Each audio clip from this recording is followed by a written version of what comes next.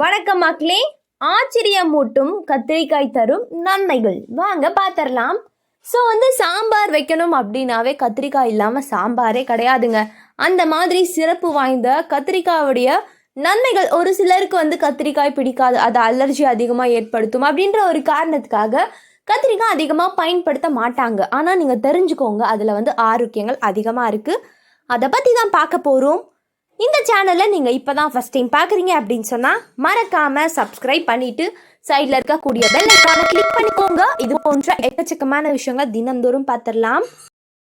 பொதுவாக காற்றில் கண்ணுக்கு தெரியாத பல கிருமிகளும் தூசிகளும் இருக்குது. இவை நம்மளுடைய சுவாசத்தின் போது நம்மளே அறியாமல் அது நுரையீரலுக்கு சென்று சுவாசம் சம்பந்தமான பிரச்சனைகளான ஆஸ்துமா, அலர்ஜி போன்ற பிரச்சனைகளை ஏற்படுத்த வாய்ப்பு இருக்குங்க. கத்திரிக்காயை அடிக்கடி உணவில் சேர்த்து கொண்டால் இயற்கையாகவே நுரையீரலில் இருக்கக்கூடிய கெட்ட கிருமிகள், தூசிகள் எல்லாமே சளி மூலமாக வெளியேறி நுரையீரலை சுத்தமாக்கும் அப்படின்னு சொல்கிறாங்க. கத்திரிக்காயை உணவில் சேர்த்து சாப்பிட்டு வர இரத்த குழாய்களில் இருக்கக்கூடிய கெட்ட கொழுப்புகள் கரைந்து இதய தசைகள் நன்கு வலுப்பெறுது மற்றும் இரத்த சீரோட்டம் நல்லா இருக்கு அப்படின்றாங்க. இதன் மூலமாக மாரடைப்பு போன்ற அபாயகரமான பிரச்சனைகள் வருவது தடுக்கப்படும். வாரம் ஒரு முறை 4-5 கத்திரிக்காயை மிக்சியில் போட்டு அரைத்து அதனுடன் மோர் சேர்த்து குடித்து வந்தாலே உடல் இருக்கக்கூடிய அனைத்து கழிவுகளும் வெளியேறி உடல் சுத்தமாகும் அப்படின்னு சொல்றாங்க. இரத்தத்தில் உள்ள கொலஸ்ட்ராலை குறைப்பதில் கத்திரிக்காய் முக்கிய பங்காற்றுகிறது. அது மட்டும் கிடையாது, சிறுநீரக கற்கள் பிரச்சனையால் அவதிப்படுபவர்கள் கத்திரிக்காயை உணவில் சேர்த்து சாப்பிட்டு வர சிறுநீரக கற்கள் கரைந்து வெளியேற்றப்படும். அதே போல சிறுநீரக எரிச்சல், தொற்று நோய் பிரச்சனைகளால் அவதிப்படுபவர்களுக்கு கத்திரிக்காய் மிகவும் நல்லது அப்படின்றாங்க. அதிக காரமான உணவுகள் சாப்பிட்றதுனாலும் தொடர்ந்து அதிக நேரம் ஒரே இடத்துல இருந்து வேலை செய்வதனாலும் நாள்பட்ட மலச்சிக்கல் போன்ற காரணங்களாலும் நமக்கு இந்த மாதிரியான பிரச்சனைகள் ஏற்பட வாய்ப்பு இருக்கு.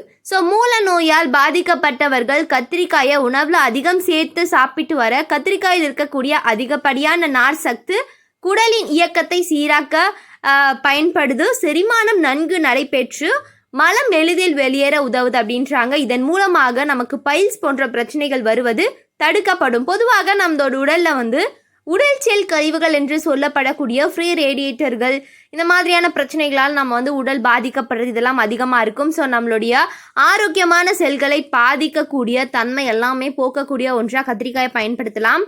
அது மட்டும் கிடையாது மக்களே, கத்திரிக்காயில் உள்ள ஃபைட்டோ நியூட்ரியன்கள் நமது மூளையின் செயல்திறனை அதிகரிக்க உதவுது. மூளை செல்களின் செல் பார்த்திங்கன்னா பாதுகாக்கப்பட்டு நினைவாற்றலை அதிகரிக்க உதவுது அப்படின்றாங்க. தவறான உணவு பழக்கம் உள்ளவர்களுக்கும் அளவுக்கு அதிகமாக மது அருந்துபவர்களுக்கும் கல்லீரல் பாதிப்புகள் ஏற்பட வாய்ப்பு இருக்கு. அப்படிப்பட்டவர்கள் வாரம் 1 அல்லது 2 முறை கத்திரிக்காயை உணவில் சேர்த்து சாப்பிட்டு வர கல்லீரலில் உள்ள நச்சுகள் அனைத்தும் வெளியேறும் அப்படின்னு சொல்றாங்க. அதனுடன் கல்லீரலும் சுத்தமாகும், நோய் எதிர்ப்பு சக்தியுடன் இருக்கலாம். முடிந்த வரைக்கும் கத்திரிக்காயை உணவில் சேர்த்துக்கோங்க. ஏன்னா மாவு சத்து மற்றும் அதிக அளவில் நார் சத்து காணப்படக்கூடிய ஒன்று. இது போன்ற பதிவுகளுக்கு நம்ம சேனலை மறக்காம சப்ஸ்கிரைப் பண்ணிட்டு சைடில் இருக்கக்கூடிய பெல் ஐகானை கிளிக் பண்ணிக்கோங்க. நன்றி, வணக்கம்.